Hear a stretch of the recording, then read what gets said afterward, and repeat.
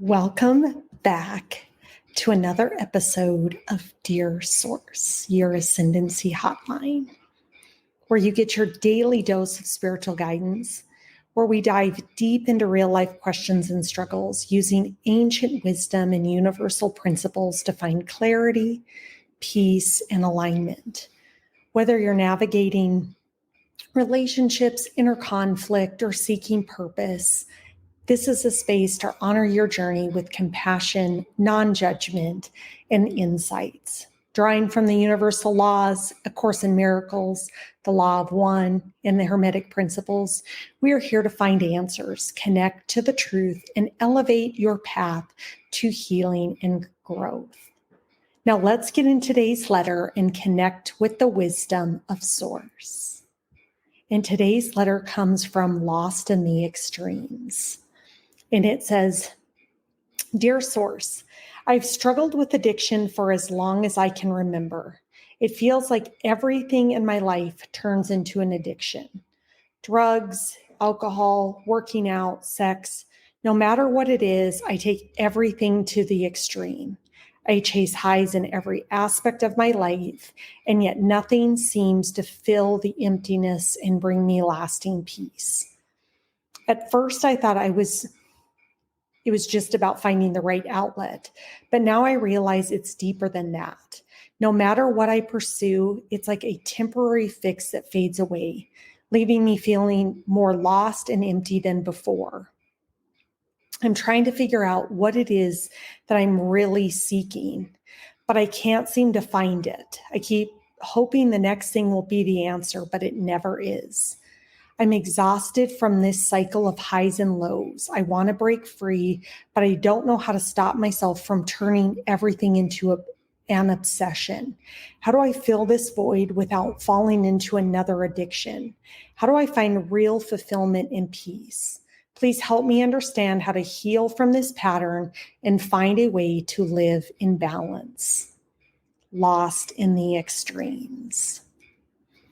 So thank you, Lost in the Extremes, for just that heartfelt letter, really being open and honest and vulnerable about your life and where it's at. And I think wanting, we're all seeking better. We're all on the path of constant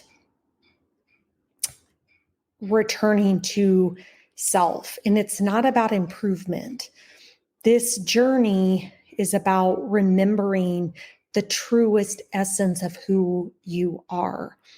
And sadly enough, we have so much in our society that has disconnected us from that remembrance. So when we remember that we are whole and complete, when we remember that we are an emanation of God, when we remember that we are divine, when we remember that we are God eternal within the body, that we are the ocean in one drop, that we are perfectly and fiercely made, there is no seeking. And that's the journey that I would ask you to embark on, is how do you really turn your addictive behaviors in seeking external validation through our 3D world into how do I use that energy to remember back to the truest essence of who I am? How do I destroy the narratives that are running those programming to constantly be in an essence of seeking? So anytime that we're in an energy of seeking for some type of external validation, at the heart of the energy of what's going on there is a fundamental understanding that or feeling that you're lacking something. And when we think about lack, that means that we're not whole and complete. And in a spiritual sense, it really means that we're out of balance. When we look at our soul, we have these energy centers that comprise that soul. And one of those energy centers is our root chakra. And that's the lowest energy center. That's our sense of like being anchored into our body, our sense of security, our sense of knowing that we're okay. And anytime that we have an imbalanced root chakra, we're in a state of lack. We perceive that we are lacking something. And we oftentimes and are taught to go seek that externally. So if I'm lacking in some way, shape, or form, the ways to go validate that are to go do external things in the world. So let's say I don't like my body shape or my body image. Well, one way for me to then go seek to improve that, because I feel unworthy, I feel like my body isn't perfect, there's something wrong with it because of these external standards that are being created in the 3D world, which aren't actually real.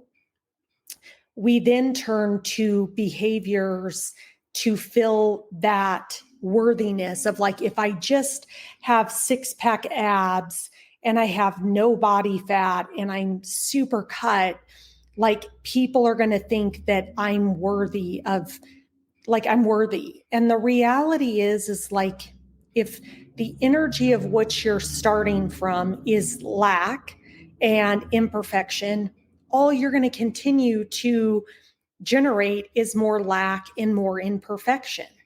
It's just going to continuously cycle back on itself versus seeing your body as the temple that it is, that it's perfectly made, it's amazing beyond anything that you can even really fathom, and that you're honoring your body with movement, with working out, with putting the right foods in, and understanding that trying to achieve some level of external perfection based on a standard that isn't set by God is like you're going to kind of constantly be in this never ending cycle that you are never going to be good enough. It's never going to be self-fulfilling. So how do you turn that, why am I driven to seek this perfection, back into a spiritual lesson of like, what do I perceive that I am lacking? And how do you really look and sit with that and really work through what is going on there? Like, what's really driving that? And, you know, where did that come from? And what standards are you using to make any of those judgments for yourself? So like the lesson is like, how do you take this and go inward? Because the journey that we're on is an inward journey. It's not external. It's an inward journey of, why am I doing that? What at the core of that do I perceive that I am lacking? Most of the time in all the examples you wrote in the letter, whether it's chasing a high with drugs, maybe drowning out something with alcohol, there is something behind that wants to be looked at. And that dissonance that we feel in wanting to strive for perfection is where the juicy part of growth really lies, of what's that story that's running there, and is it true? Is it true? And once we recognize what's the story that we're telling ourselves, then we can change our beliefs and our programming to rewire that belief to realize that actually isn't true. That's why that feels so uncomfortable. That's why that feels never fulfilled.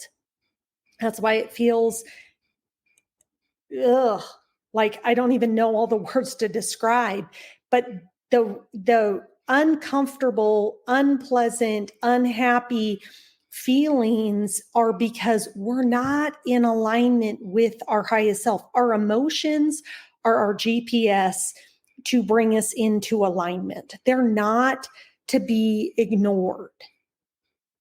And so understanding what's the underlying desire and pursuit for those things, and then being able to sit with those things and understand where those things come from, and then understand that that isn't me, and that in order to move from the current state to a state of, I am whole and I am complete. I'm perfectly made. There is nothing wrong with me.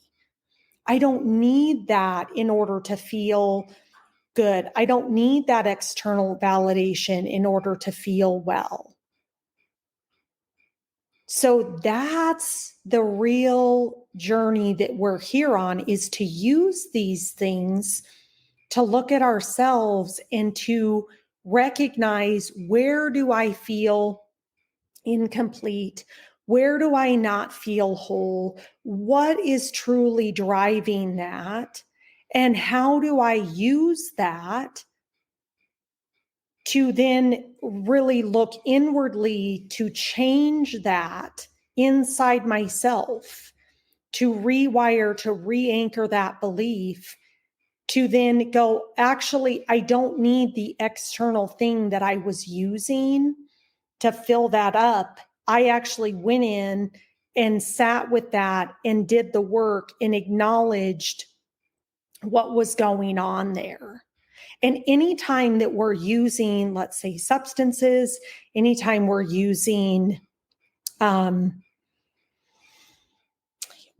of those things, we also are opening ourselves up to lower vibrational energies. We're also opening ourselves up to negative energies, possibly entities, that now get to access us because of the vulnerable state that we're putting ourselves in. So as we expand, as we remember back to our divinity, as we resonate in that higher state of being, of that higher state of consciousness, we become more impervious to negative energies, because there's two things here. There's a positive and a negative. We can't have one without the other. The more we polarize to the positive, the less that the negative has any ability to interact and affect us. And so, as I think about this letter and what was written, it's like, how do we slow down and start to really know that numbing or doing addictive things, clearly you've realized that those aren't getting you the end result you're looking for. And you keep cycling back. So if it isn't one thing, it becomes another thing. If it isn't that thing, then it's something else. And the real healing begins is when we can point inward and look at ourselves and remember who we are, remember our divinity, love every aspect of ourselves. So as you dive into why am I doing this? What aspect of me is really driving that? That aspect of you wants to be integrated and loved and seen for the critical role that they've played in your life. And in that loving, you also then bring in the forgiveness. the self-acceptance, the realization that there's nothing wrong, that you have to suspend the judgment of the rightness or the wrongness. It just is. It was gifted to you to grow you. So how can you embrace those learnings as you go through them and write them down and really go, okay, what is really driving me to be this addictive to X, Y, or Z? What is driving that? Where am I lacking? Most of the time it's going to come from lack. Maybe where am I attached to an outcome? Why am I attached to that outcome? What's really driving that attachment to the way that I look, or the attachment to being perfect, or the attachment to whatever that might be? It's so specific to each individual. Or wanting to be in control. I've got to control this. So the way I get control of this is I'm going to control my food intake, or I'm going to go work out incessantly because that's going to make me feel in control. Like, we have to come into right relationship with everything, understanding that everything is just we're in relationship with it. So what is my relationship with working out? What is my relationship with sex? What is my relationship with alcohol? What's my relationship with drugs? And how are those serving the highest and greatest good of who I am?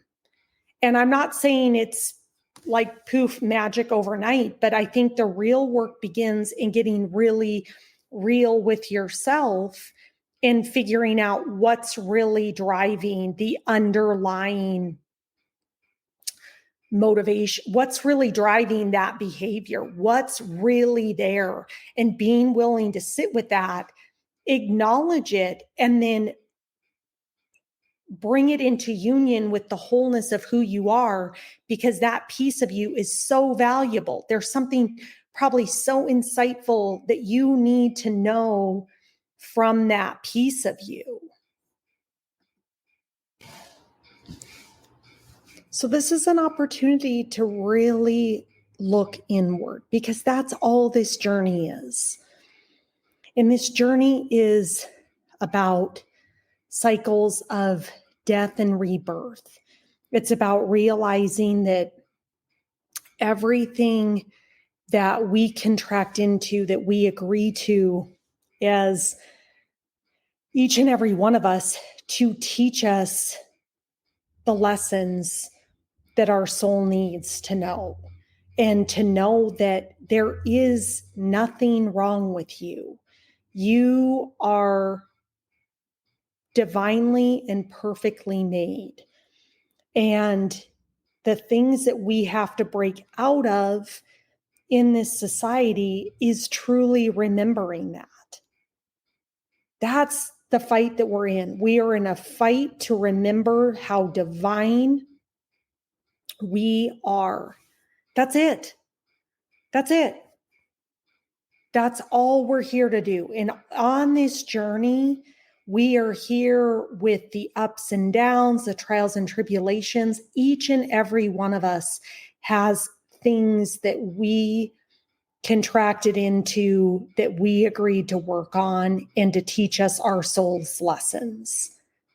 And there is no judgment. It's not easier for some and not easier for others. It's just different for each and every one of us.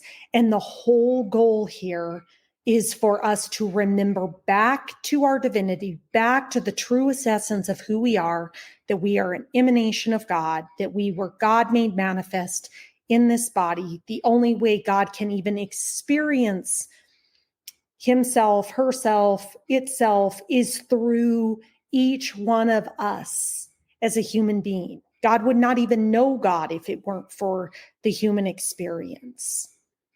And so we signed up for this. We signed up for the craziest soul school imaginable coming into this planet. And we have nothing but divinity to remember. We are here to be divine. We are here to be the highest expressions of ourselves. And we are here to fall deeply and madly in love with the essence of who we are. Because at the heart of this is you are whole and complete. You are fiercely and wonderfully made in the image of God. There is nothing wrong with you. We are here to step into that divinity. We are here to remember that. And that's, I think, the hardest part of the journey is the actual remembrance and breaking out of all the perceived realities that exist on this planet, and to balance being human with being divine. And that there's it's not an easy journey. It doesn't end. It just becomes about building awareness. And the fact that you're aware, you're already winning. In that awareness, you're going to get all your answers. And we are like the phoenix rising in a constant state of death and rebirth. You're going to come up against something else, and it's going to teach you something else you didn't know about yourself. But to know that, and to love that, and to not judge yourself for not knowing that, and to just embrace the beauty that our human journey brings to us. And so I appreciate your vulnerability of really opening up about where you're at and what that means for you as a soul. And you are a light and an example to so many other people going through the same things. And oftentimes, I think people that struggle with addictions, oftentimes too, are very highly spiritual and gifted people. And there's a lot going on our planet, and a lot of information coming in, and being able to receive that and know what to do with that and not feel bombarded or crazy. As you work through this, you're going to tap into gifts that you've always possessed. But we have taught people in society to cover up. We're going through a great awakening on the planet, and it's going to get tough, and it's going to continuously be tough, because it's like, can we stand and remember our divinity? And so I just appreciate you shining your light, Lost in the Extremes, for you being an example to so many others by having the courage to write the letter. And if anyone or you have any more questions about any of this, about shamanic practices in relationship to healing, addictions, things of that nature, please reach out. Please ask your questions. Please book a private session with me so I can understand where you're at and how I could potentially assist you or point you in the right direction of somebody that truly can. If it's not me, that's what I'm here for. So we're going to continue to engage and dive into these conversations. I appreciate the vulnerability, the light, the willingness to share and seek and ask for advice. And I look forward to our continuous evolution on this path as a human race. So I thank you for joining us today on this episode of Dear Source, where we align spiritual principles with real world experiences. Remember, no challenge you face, peace, clarity, or wisdom are always available when you connect with your higher self. If today's discussion resonated with you and you're seeking deeper personalized guidance, I invite you to book a private session with me. Together, we can explore your spiritual path and unlock the answers you've been searching for. And if you'd like to connect with minded people in our spiritual community. Coming very soon is the Ascendancy Collective, where we can support each other in our growth, healing, and ascension. You don't have to walk this path alone, so join us and let's rise together. And please like, share, subscribe, comment. And until next time, trust the process, honor your truth, and stay connected to Source.